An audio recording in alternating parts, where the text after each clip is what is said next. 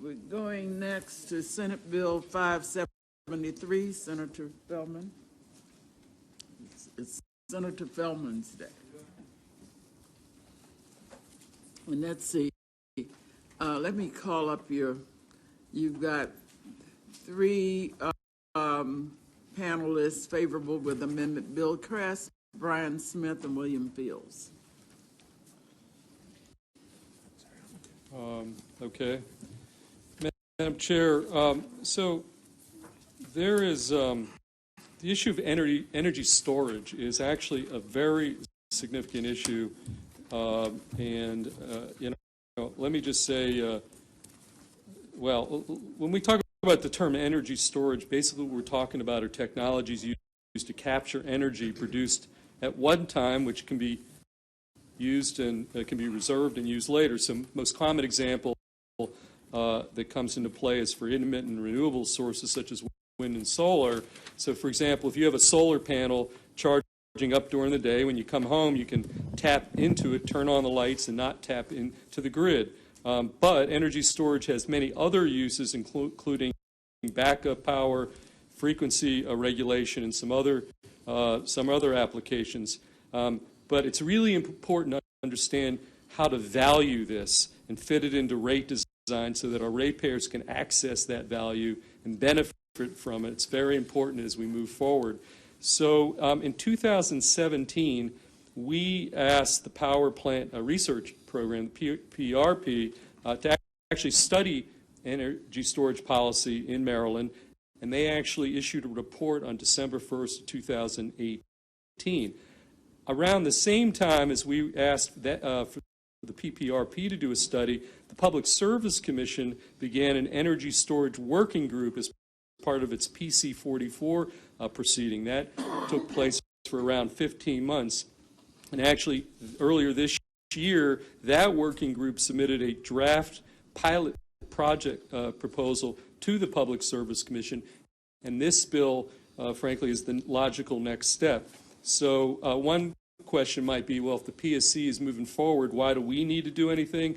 For a couple reasons. Number one, we had a similar experience with electric vehicles some time ago, and there was a study required, but nothing actually happened. This actually, by putting this in a bill, it really forces this to happen. Secondly, there was a question about the authority of the PSC to actually conduct this pilot. Again, this clarifies it, puts in the bill that the authority exists.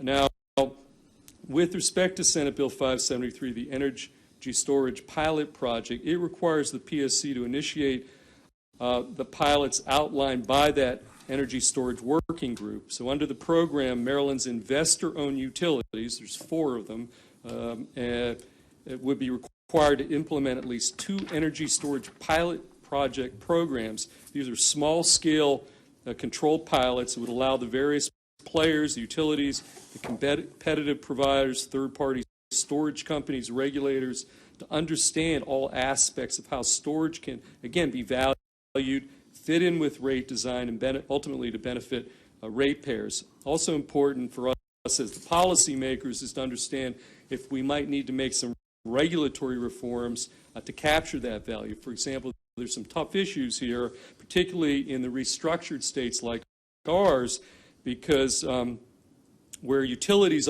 under current law are not supposed to be in the generation business, but there's some attributes of energy storage that look like generation. These pilots are pretty critical to finding the answers to these types of questions and ultimately accelerate the advancement of storage technology in Maryland. So getting just a little more specific how this would all work is that the PSC will put in place an application process whereby the investor-owned utilities submit applications to the PSC for a minimum of 2 of the models I'm going to describe. And there's some amendments that I'll discuss in a little bit which clarify and narrow some aspects of this in terms of timelines, the types of models that can be utilized. But basically there are 4 models, and if you look at your fiscal note, and there's actually, I think, a fact sheet in your packet that outlines the 4 kinds of pilot models. There's one called, there's some more description in the fiscal note, a utility-only model, a utility and third-party model, a third-party ownership model, and a virtual power plant model. Again, that's described in the not just the fiscal note, but also in this fact sheet that I've attached in your packet.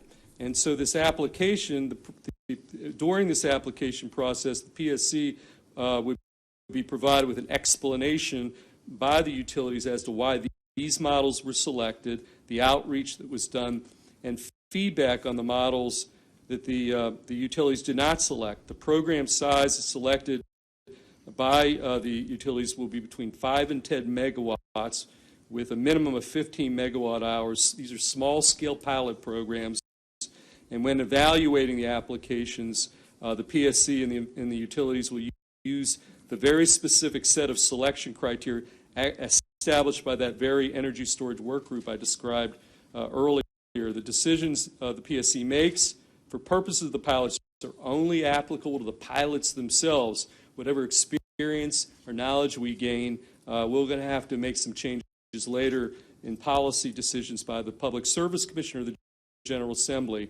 And then so just finally, as drafted, the timelines to roll this out in the bill as drafted, after 3 years, by December 21, 2023, the PSC will submit a report to the Maryland General Assembly with the findings of the pilot program, proposed next steps forward for storage deployment in Maryland. It'll review the performance of the project, conclude whether the pilot program optimized energy storage and reduced costs, also review any other issues that were encountered in implementation, and recommend ways in which future energy storage projects can be improved. And then finally, just before I walked in here, I did get a packet of some of the amendments that are going to go onto the House bill. Let me just very quickly, one of the amendments has to do with the scheduling. The PSC required modification to schedule the pilot programs. That's one of the amendments. Transparency. The MEA and the Office of People's Counsel both requested clarification on what their role would be as consultants in this process. The pilot types. There's again some clarification about which, for example, some of the stakeholders asked for clarification that utility could not simply select 2 utility-centric models. The amendments address that by saying that at least one of those pilots for each utility has to be a non-utility-centric model pilot. There's some clarification about what the sunset should be. For example, what happens when the pilot ends to the existing assets. And finally, again, there's some technical issues. So in a nutshell, we're just putting in statute, in effect, the product or the recommendations of that PSC work group from earlier in the year. And with these amendments, I don't believe there's, I'm not sure that there's any opposition. I don't believe there's any opposition, but with those amendments, I'd move favorable on Senate Bill 573. So. You do have just from AOBA in Okay. writing, but nobody else. Okay, fair enough. Okay. All right. Let's have. Thank you, Madam Chair. Bill Kress again on behalf of the Retail Energy Supply Association, favorable with amendments on this particular bill. I want to thank Senator Feldman for meeting with me and discussing the bill and the amendments. So RISA really has a basic core principle that if we're going to move in this direction, it should be market-based. And it's probably not surprising to you because that's what we talk about all the time. The amendments do make it better. It still gives us a little heartburn that the utilities will be able to do a project and get rate of return on those projects. When you look at the PJM grid, they are passing rules to monetize storage, and that's going to open up the development of storage. We think that's going to be the real answer. But we do understand the sponsor, and particularly the House sponsor, has been working on this for many years and wants to move forward with a pilot. Ultimately, the bill is much better with the amendments than without, so we do appreciate that and look forward to continuing to work with the Senator on the bill. Thank you. Thank you. William Fields, William Fields for the Office of People's Counsel. We support this bill with amendments. We have had some concerns with the proposal before the Public Service Commission, and one of them is the question of clarity the Commission's authority to adopt this with respect to storage. So this would be useful in that respect. The two amendments we attached to our testimony, one would be to clarify that the Commission can approve with modifications or reject the applications of specific projects. The second one has to do with the data that's available. We want to be clear that the Commission would have authority to decide what data can be made public, what data can be made available to the Commission staff and to OPC.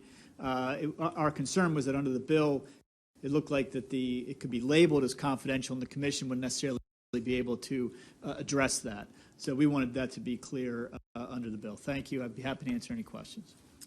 Okay, thank you. All right, we've got two additional witnesses testifying just for information, and they're both from the PSC, Lisa Smith and Kevin Mosier.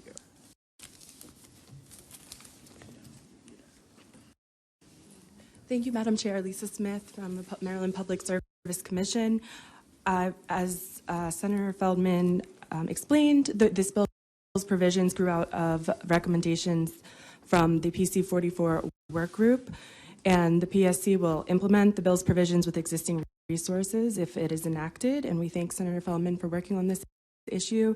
The PSC is supportive of the amendments that have been worked out. I believe they're consensus amendments, and we assisted with those on the House side, and with that, I'll defer to our technical staff who helped work through those amendments and are available for any questions. Thank you.